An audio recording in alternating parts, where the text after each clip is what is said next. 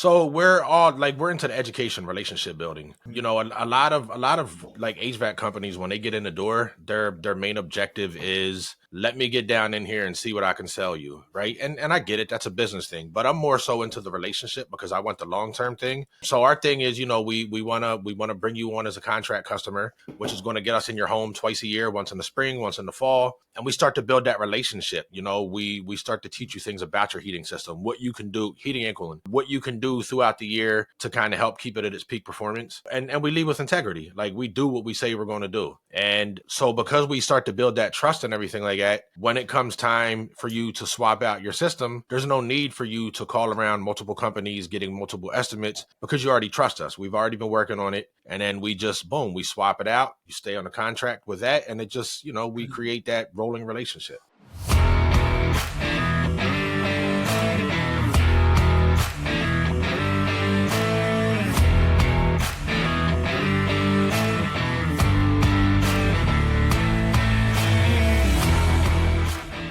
Guys, welcome back to another episode of the Builder's Bible. I'm joined by Mark Fillmore. He's a friend of mine from Rise Up Kings. On today's show, we're going to dive into a bit of Mark's story and some of the kind of decisions he's made to scale back before he scales up. And so I'm excited to dive into it with him today. I've done HVAC since, oh man, I have 24 years in the game. But I've always worked for somebody. I've been doing my own thing for 8 years now. And that's why I said like the first 5 years was basically just, being a contractor, and working that way until I was like, you know what, let me build this thing up. So yeah, started getting that momentum with the guys. I thought I had one of the right guys with me and realized he wasn't. The other guy kind of followed suit, and I had 3 guys. That's where we're at. It was a 3-man team, and then with myself a 4-man team. And I just pretty much hit the reset button in June of 24, and I had some money to recover because a lot of things got messed up. I almost shut the doors completely and was like, nah, man, come on. We're not doing that. Let's grind. Let's put our head down, grind.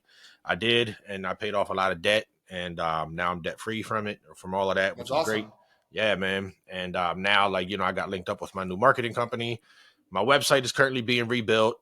So we got some good things happening.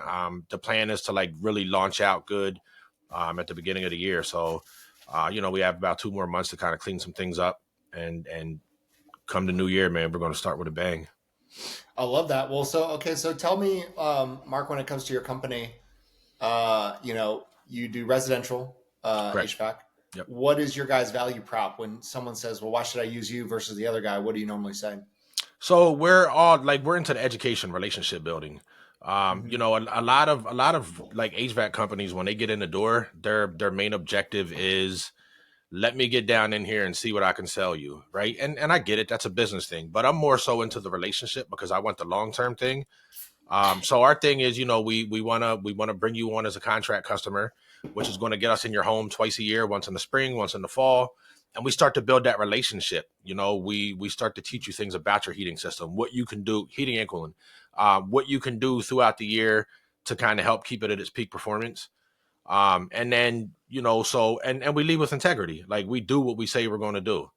And so because we start to build that trust and everything like that, when it comes time for you to swap out your system, there's no need for you to call around multiple companies getting multiple estimates because you already trust us. We've already been working on it. And then we just, boom, we swap it out. You stay on the contract with that. And it just, we create that rolling relationship. Yeah. So with MTK Mechanical, it sounds like you at one point were scaling up, and you made an intentional decision to basically go back to you as a sole proprietor, you said. So walk us through that decision. That's not normally the direction that businesses like to go, but it sounds like something wasn't right. So you had to make a tough call. Yeah. So, my main guy, he was actually with me for like 5 years, and he was like an outstanding helper. And when I got into this and I brought him on, I definitely did some things wrong. I kind of let him in a little bit closer than what I should have, made some mistakes, didn't realize how to really do the business side of things. So when I then started, after he's with me now for 3.5 years, and I really start to kind of structure things and kind of crank things down and tighten it up, it wasn't, it wasn't working right. He wasn't happy. with the changes that I was trying to make and everything like that. So I had to, I had to make that decision. Look, it was hard, man, because I didn't want to cut him and the other guys loose, but I had to. Um, and I knew that if I didn't, that I probably wouldn't be in operation today if I would have made that choice then. So because we do I work with a lot of investors, right? We do a lot of retro and rehab homes. Oh, that's And cool. That's yeah, different. so Yeah. yeah, it is. It keeps, it keeps you really busy. So wait, for instance, out of state investors or people that own real estate portfolios, you're saying you do a lot of like work for their kind of footprint type of thing. Yeah, so most of them are here locally, but there's one of our investors is actually in Florida. So yeah, that's probably the only out of state one, actually, to be honest. Just him, a guy in Florida, but most of them are here locally. Yeah. Yep. Remind me where you are in the country. So I'm in Pennsylvania. Okay, Yep, East cool. Coast. Okay, cool. So let's talk about your business as it stands right now. What's going well, and what do you feel like is not going so well?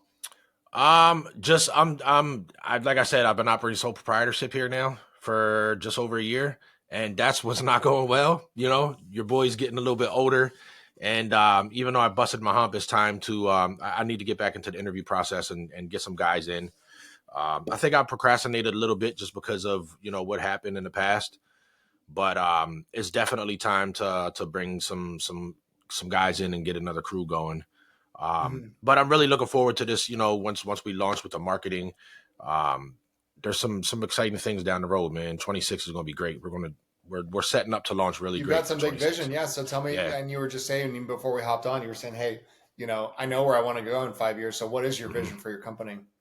Yeah, so I have my plan. Everything's written out. So within the next 5 years, we should be somewhere between 5 to 10 million. Um, following the steps that I need to follow, and that's the plan. Within 5 years, to be somewhere in that range. Probably hit the sweet spot in the middle, somewhere around 6.5, 7. Is the plan within the next 5 years, and it's so doable, man. I mean, I could, that it's so doable. You just got to Yeah, be disciplined and and go do the damn thing. I love that. What was going to be my next question? I was gonna ask you about, what is your kind of, how do people find you? That was going to be my question. Okay, yeah. So believe it or not, the main way was really word of mouth, man. Word of mouth. A lot of we did a lot of like network marketing, getting out and socializing at different events and stuff like that. I do have a website and things like that, but I never really marketed all like that to the clientele, which is now that's one of the things that's changing that I'm excited about with the new website restructure here.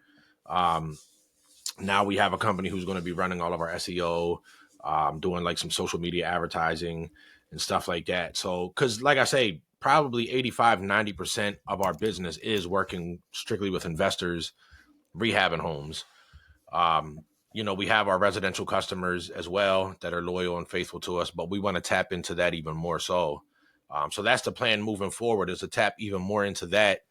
And then, we'll keep our investors. The plan is to keep these investors, right? Because once we're in a house and we're doing a full system like that, it's typically a 4 or 5 day job to go in start to finish. So the plan is I want to bring these young guys in that are graduating from like trade schools and stuff, and it's a perfect opportunity for them to get some good training and kind of bring them in, train them in these flips, and then as they progress, we get them on a crew and then send them out to do the residential swaps.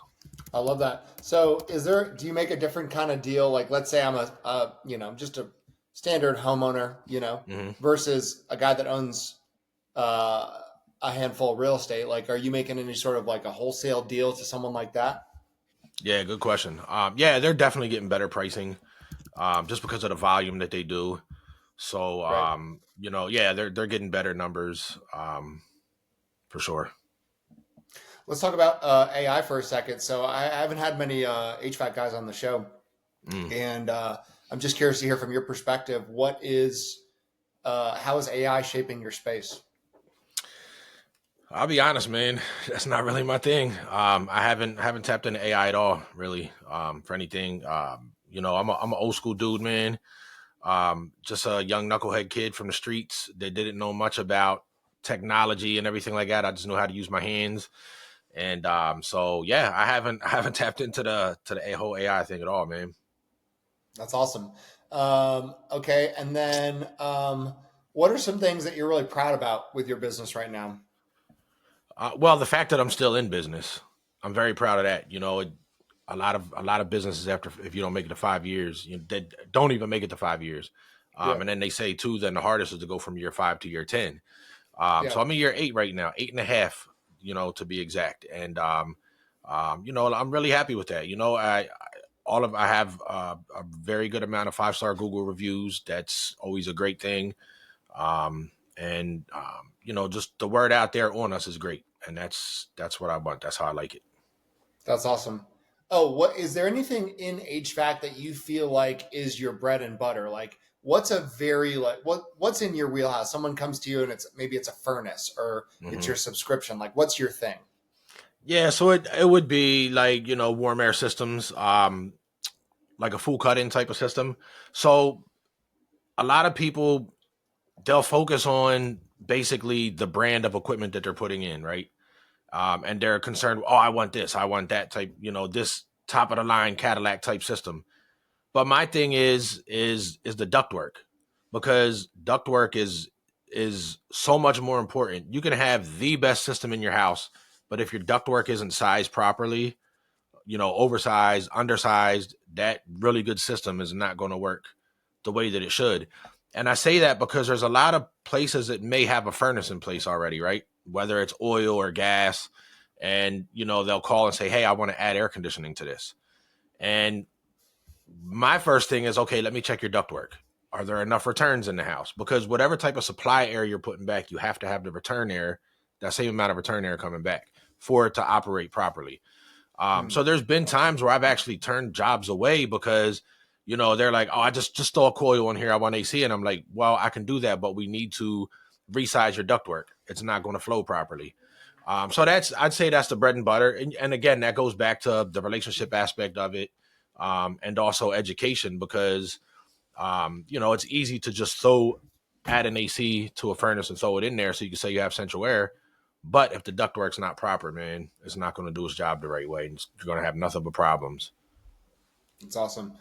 Okay, last question for you. What you and I know each other through Rise Up Kings. Mhm. How has that impacted your life, business, family, any and everything above? Man, um, such an impact. Rise Up Kings has been such an impact. I mean, going to the 3-day refinery, like I said, back in June of 23, which was 2 years ago, my marriage was on the brinks, man. If I wouldn't have went to Rise Up King, I wouldn't be married right now. There's no doubt about that. Um, I struggled with alcohol really bad. Um, Nicotine, it's funny because day 3 of the refinery was the last time that I smoked a cigarette, and it's been 2 years now, over 2 years now. So it's just, man, it's been so impactful. Just some of the relationships that I've made there. I try to get back at least once a year, sometimes, to do some volunteer work, which is always great because that in itself is a whole nother experience, just being there to volunteer. You see it from a different angle. But yeah, it's been very detrimental to even me wanting to scale and grow, because like I said in the beginning, I was kind of content with really just being a contractor, making good money, better money than I Yeah, would if I worked for somebody else. yeah, But the things that I've learned through Rise Up Kings have gotten me excited to, really grow and scale. So then, you then can start to focus on what you really, really want to do. yeah. That's great. Mark, if people want to learn more about who you are and what you do, where can they go? I mean, I'm all over social media as Mark Fillmore personally. Business MTK Mechanical, that's on Facebook. Website is mtkmechanical.com.